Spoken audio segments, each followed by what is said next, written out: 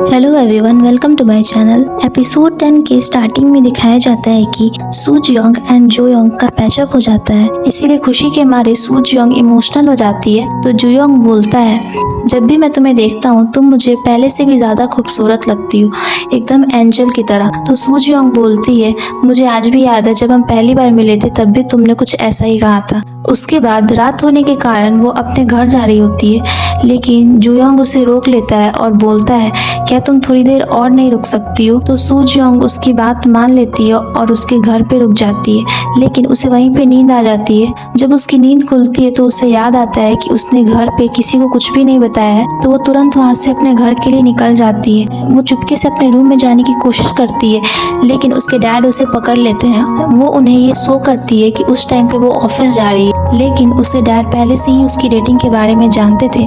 तो सू जियोंग से बोलते हैं, क्या तुम डायरेक्टर के साथ थी? क्या तुम दोनों फिर से एक साथ हो गए हो? तो सू जियोंग इस बात को एक्सेप्ट कर लेती है। तो उसके डैड बोलते हैं, सू जियोंग तुम जानती हो ना, उसकी फैमिली बिल्कुल भी नॉर्मल नहीं है। सभी लोगों की आंखें हमेशा उन पे रहती है, हम में और उनमें बहुत ज्यादा डिफरेंस है। तो सू जियोंग कहती है, आप जानते हैं ना, मैं इन सब बातों में बिलीव नहीं करती हूँ। मैं जो योंग से बहुत ज्यादा प्यार करती हूँ। क्या आप मेरे खाते इस रिलेशनशिप को एक्सेप्ट नहीं कर सकते? उसकी बातें सुन के उसके डैड उसकी खुशी के लिए उसके इस रिलेशन को एक्सेप्ट कर लेते हैं। इससे सू जियोंग बहुत ज्यादा खुश हो जाती है। वहीं दूसरी तरफ जो योंग रेडी होकर ऑफिस के लिए निकल रहा होता है, तभी उसे सेक्रेटरी चीफ का कॉल आता है।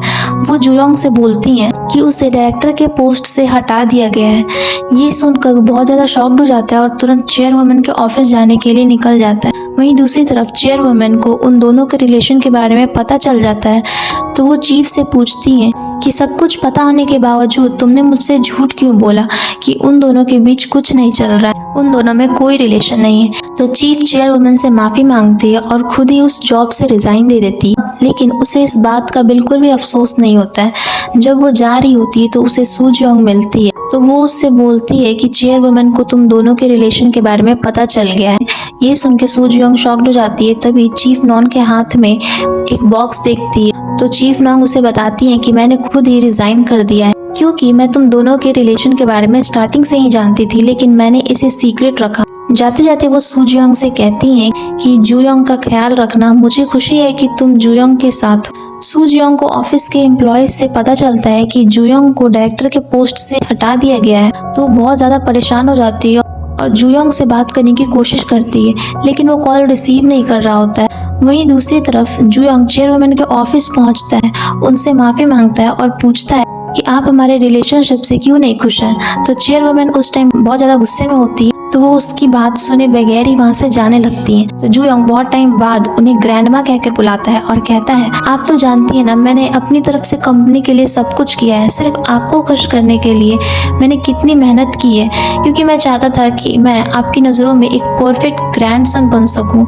मैं आपसे प्रॉमिस करता हूँ कि मैं अपने काम पे पूरा ध्यान दूंगा। तो चेयरवुमन उससे बोलती है, मुझे लगा था कि तुम मेरी बेटी की तरह बनोगे, इसीलिए मैंने तुम पर ट्रस्ट किया था, लेकिन अब लगता है कि तुम मेरा खून ही नहीं हो। यह सुनकर जियोंग को बहुत दुख होता है और वो इमोशनल हो जाता है और बोलता है, जब से मेरे पेरेंट्स की डेथ हुई है, ना मैं खुल के रो सका हूँ, ना ही मैं हंस सका हूँ। सब कुछ भूल के सिर्फ मैं काम पे ध्यान देता था, सिर्फ इसलिए कि आपको बुरा ना लगे।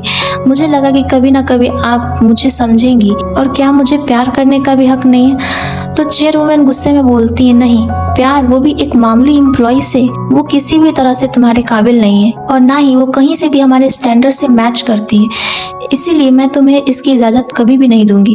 इतना बोल के वो वहाँ से चली जाती है। उनकी बातें सुनकर जो योंग को बहुत दुख होता है। जब वो जा रहा होता है तो उसे सू जियोंग उस हालत में देख लेती है और उसे मैसेज करके पूछती है, क्या तुम ठीक हो?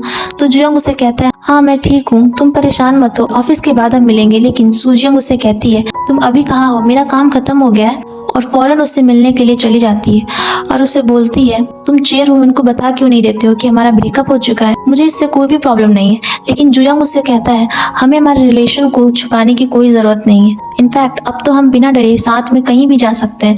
तो सू जियोंग बोलती है, हाँ अब तो तुम कंसर्ट में भी जा सकते हो, हम दोनों साथ में वहाँ जाएंगे, और अब से हर वो चीज जो तुम्हें करना पसंद है हम दोनों साथ में करेंगे। जो योंग को ये सुन के बहुत अच्छा लगता है और इसी के साथ ये पार्ट यहीं पे खत्म होता है। मिलते हैं इसके नेक्स्ट पार्ट में, तब तक के लिए बाय।